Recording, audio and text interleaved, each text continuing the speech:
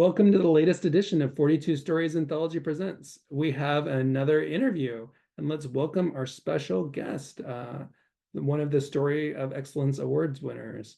Welcome, Trey. Thank you. Thank you for having me. Here's our book cover that I don't know if you specifically, but most of the authors in the book, well, a lot of them had voted on covers, and this is the one that we came out with. Here's one of the drafts. I'd like to ask your impression. Well, I like it. That's the first thing I noticed. I like there's a lot of things to draw the eye and to look at. So it keeps up with the 42 theme. So yeah, I didn't have a hand in choosing this, unfortunately, but I think I would agree. I approve. Yeah. It was pretty neck and neck with the votes, and then eventually I got a few extra emails, and this one came in, I think just by 2 votes. But what was Oh, cool is it had like 42 pictures in the front and the back, and it was so creative. The artist had yeah. had taken these pictures throughout the years. But I'd like to talk more about you because this is your interview, not about the cover. All So right. to introduce you, I'd like to read off your bio. Let me know if I make any mistakes. Trey Stone divides his time between trying to be funny on Twitter and working as an archaeologist in Norway. He loves to hate hiking and pretends to be fit to keep up with his wife. And he likes to write words. Yeah, that sounds Although, about right. yeah, It's me in a nutshell. yeah. All right. Yeah, I work out a lot too. I just left the gym and can really relate to what you said because after leaving the gym, my drink of choice was this beer. Yeah. But the good thing about stout, which is why I like it, is that it's only about 50 calories. Uh, Yeah. so I can have my poison and it's healthy. It's healthier. Yeah. A healthier choice. Yeah, no, I try to, as I'm getting older, I try to do more healthy choices, make more healthy choices and do healthy things. So, but it's often, yeah, to offset some unhealthy choices. Yeah. But yeah, my wife, she loves to run, she loves to hike, she loves to work out, and she drags me along to all of it. So, got to do something to try and keep up with her. Yeah, definitely. So, but anyways, welcome to the anthology interviews. And why is that going backwards? I think I just wanted to show your name twice. So here's the award that you received for the siblings category. So I take it you have siblings? I have 3 siblings and 4 step siblings. Okay. Yeah, so you Uh, know a lot about that topic. So yeah, it explains they your, are everywhere. yeah. You said how many again? 3 siblings and 4 step siblings. Okay, so And then my 6. wife also has 3 siblings. Okay. Yeah, it's quite a lot. So yeah, Yes, we're a big family. it showed in your story that you knew your stuff. Why don't you Uh, give your story a read? yeah.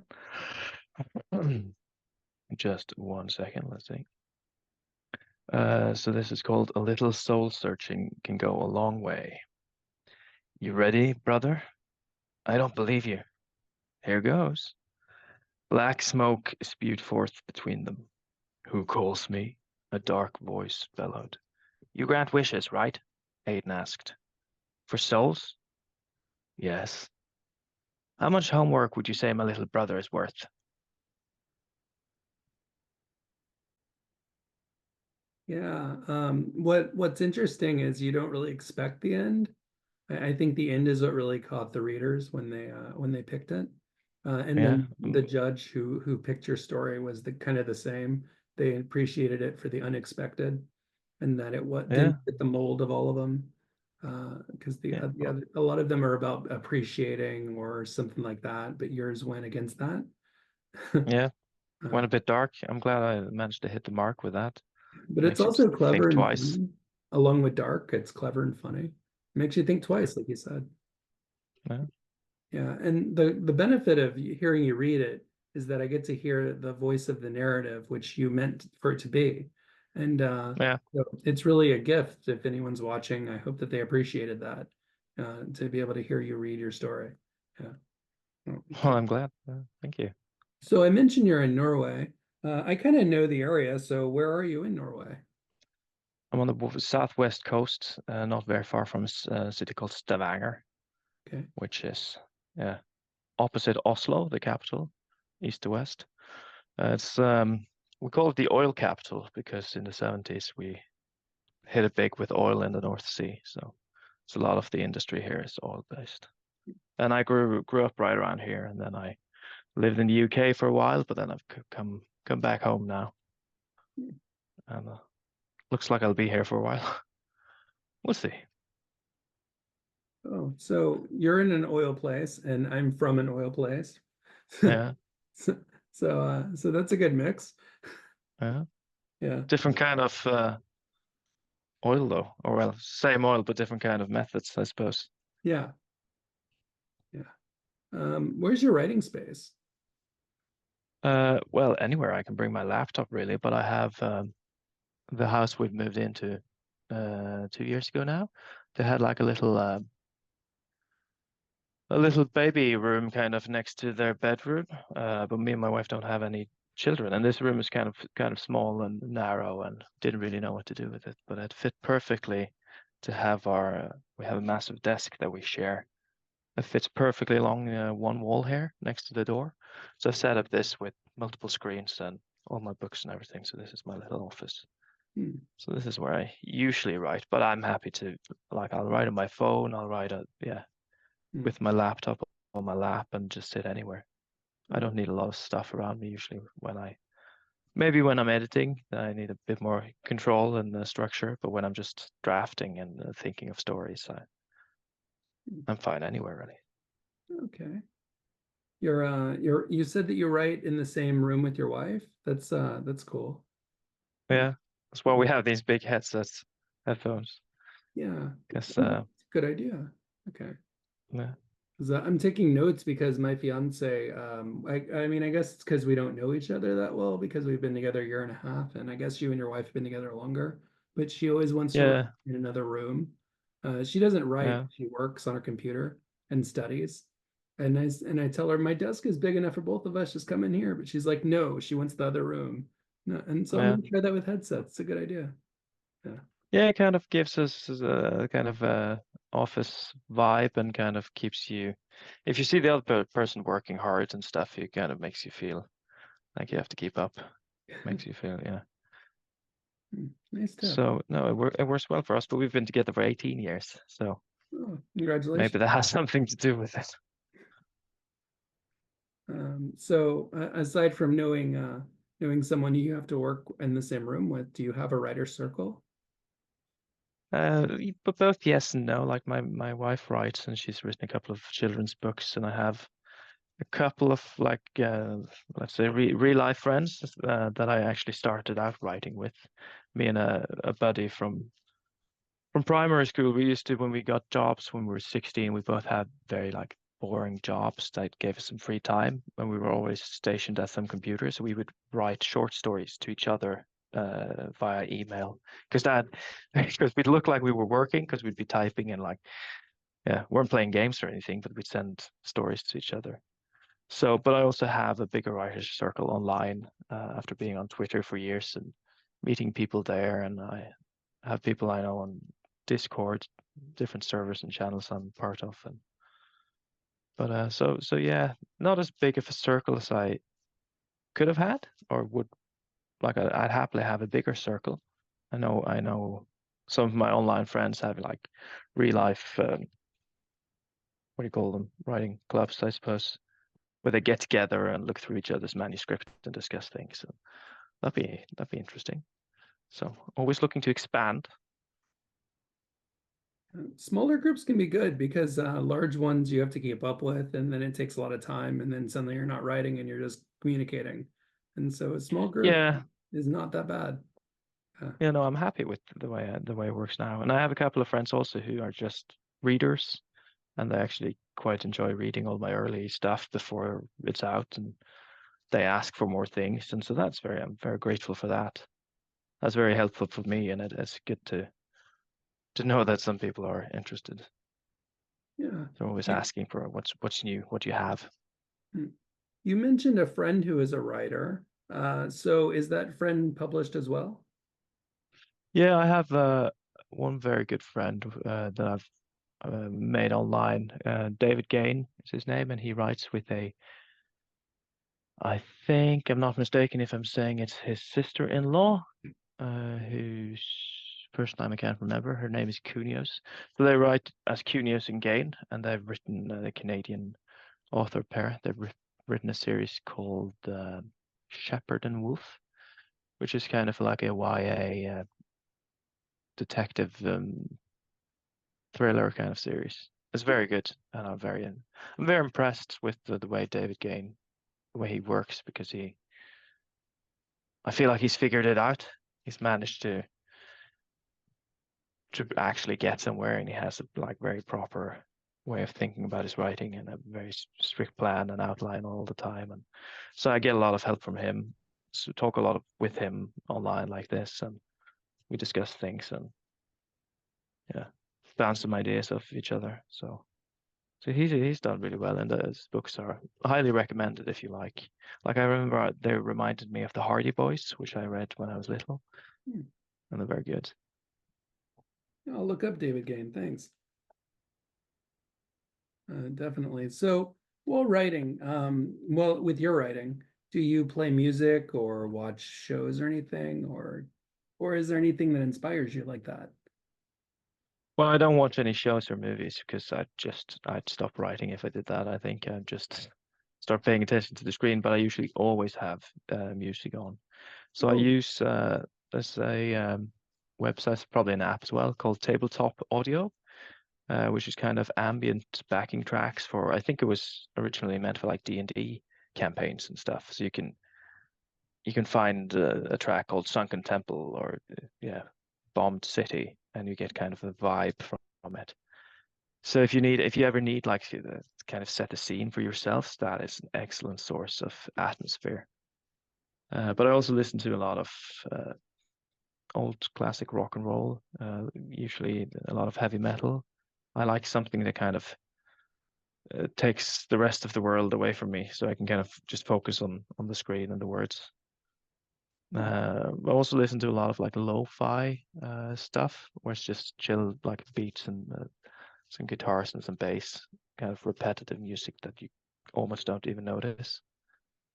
But actually, for one book I wrote called At the Gate, I had one track that I listened to all the time that I conditioned myself to whenever I heard that song, that was writing time.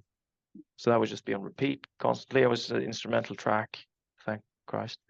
But I just had that on repeat all the time because that kind of get me in the zone, and I knew that, yeah, now it's time to write. Keep typing. yeah, music can inspire that. I like how you mentioned rock. When I started writing, I was like in the search for rock music that didn't have a lot of lyrics or lyrics where you can't hear them, and I got into Amorpheus. Do you know them? They're I recognize the name. Yeah, yeah, I'm it's kind trying of to older think who they are. rock. They're from Oh, I want to say Finnish, and they play yeah, like rock and roll with classical, and so the most of the words are just screaming, and yeah, it would get me pumped. And so it's cool to meet someone else who listen to rock while they play. Stephen King also does that. A lot of people yeah. don't know that, but he'll just blast music, hardcore rock and roll while he writes music while he writes. Yeah, so there's something to be said about it. But I'll check out Table Talk Audio. It sounds like a good. Yeah. Yeah, that is excellent. I don't remember how I came across that. And also sometimes I'll use pages, websites like Rainy Mood, if you've heard of that. It's just rain, like a rain emulator. You can add thunder, you can add wind. So you kind of, yeah, just to have some noise kind of. I think they probably have white noise on there as well if you prefer that. But it started as just kind of, if you want to hear some rain, just go to Rainy Mood. So that is, yeah, I use that a lot as well. It's just nice to have something to occupy your mind while you're writing, so you don't think too much.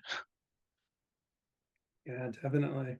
That can help with a lot of things like writing itself and categorizing in your mind and focusing. What's the best way for you Yeah. to write? Well, yeah, it's a good segue because when I draft something, I try to just type it out, just type whatever is at the front of my mind in the moment. Like obviously, I have an idea of what I'm working on, but I usually don't have a very strict outline or plan of what is going to happen. I kind of just see where the story takes me. And I find that the faster I kind of get it down without thinking too much about it, the easier it is. And then I'll just fix it in post, as they say. I'll edit it later. And then, sure, there's a lot of stuff I can't use and you have to remove some things. Usually there's some dead ends with like characters do things like this is meaningless. But if I can just get it out first, then it's much easier to kind of start seeing the picture when it's down on paper. So I know I have a friend I talked about who I started writing with when we were 16. He'll be very meticulous about like every paragraph has to be exactly the way he wants it to feel and look and sound, and he'll go back over it and I'll just blast it out as fast as I can and kind of just get it out of my head because then I can start working on it. Well, you have to have your way. You can't be like your friend who has to have everything one way. You have to do it your way or it won't work. Yeah. How does writing work in your life? I've tried to write in the mornings because I used to be very much a night owl, so I used to do it in the evenings before I went to bed and stuff. But I kind of turned my whole life around in that sense that I get up much earlier and go to bed much earlier. So I find if I always do a little bit in the mornings, then I always have time for it. Then whatever happens with the rest of the day, it's done kind of. So unless I'm catching an early flight or I have to go very early to work for some reason, then I try to always do something in the mornings. Um, but it's not, it used to be that like I had to be very strict about actually writing something, about getting some story down. But these days it could be because there's a lot of other things. If you're trying to be an indie author these days, you have to have a website, you have to have a presence, you have to do things like this. For example, this is a fun, different thing. Uh, so I try to count those as well as part of the writing kind of deal. So if I don't have time to write anything today, at least I've done this interview. Maybe I've updated my blog or uh, done something to kind of further myself. But I try to do a little bit all the time instead of doing big chunks later on. Yeah, it's good to just take pieces of things and just kind of see where it goes. You mentioned that you do things like interviews. I saw you also have an interview in Write Out Publishing. If people are curious, they can look it up. Write Out Publishing is Yeah. also great because they give it to charity. But what's your writing goals? What are your writing goals? Well, it's get published again and again. Hopefully, get more work out there. At the moment, I have a couple of novels I'm waiting, hoping some indie publishers want to pick up, and they're with them at the moment. So I'm waiting for some feedback. Uh, I have I have this anthology coming up at some point. I've written something for a podcast that I think might be happening soon. So I'm kind of trying to spread out, and I'm always uh, even when I'm working on because I'm working on a big project as well that I might self-publish or I might try to send somewhere, but I always try to kind of do something else as well. So I'm working on a short story that I think I need to submit by the end of the month. That's a good reminder to myself. And but I am Norwegian, but I started writing in English because I've consumed so much of the stuff the story we consume from television and video games and books is in English. And I studied in the UK, so for me it was very natural to start writing in English. But I realized now that and I have tried writing something in Norwegian, so that's a goal I have to maybe try that market and see if there's opportunities there that could be worth pursuing. So, but yeah, long-term writing goals. It's just about trying to evolve, and I have a lot of ideas in my head that I want to put down on paper. So, see where it takes me. Yeah, there's something to what you're saying where you want to write in Norwegian and then send that off. Like there are people who want to read your work and they don't just speak English. And I didn't even know about that until living in Japan. I would send work off and I was getting publications here locally. I go, okay, yeah, I never really thought of that. Yeah, No, there's something to that. yeah. Where can people who want to find you see more of your work Or you or can find all my work on all your content? trey-stone.com, and you can find all my interviews and stuff there. On my blog, I do book reviews and write little blog posts about what I'm up to and how life is going. But all my works can be found there. trey-stone.com/books. You'll find all my books and short stories and everything that's published. But also you can find me on Twitter. I suppose it's called X now, but I'm having a difficult time adjusting. But on Twitter, Instagram, Facebook, even on TikTok as Trey Stone Author. So that's, yeah. And obviously you can find my books on Goodreads. If you want to read reviews, all my books can be bought on Amazon. At the Gate can be found, published by Inked in Grey. So you can buy that there. But yeah, connect with me on Twitter is usually where I am the most. I've started using Threads now after that became a thing, but it's difficult to keep up with all the different platforms. I feel like I'm getting old because there's so many places to be. And Yeah. yeah, but I'm definitely most active on Twitter as Trey Stone Author. Yeah, there really are too many of them. I forgot like half the ones I was on, and I'm Yeah, building a website for the anthology, which it'll be out in a few weeks. I'm just putting it together, and I noticed there's like 10 different platforms I got. there are. It's I Yeah, didn't even know half of them, but thank you a for lot of places to be.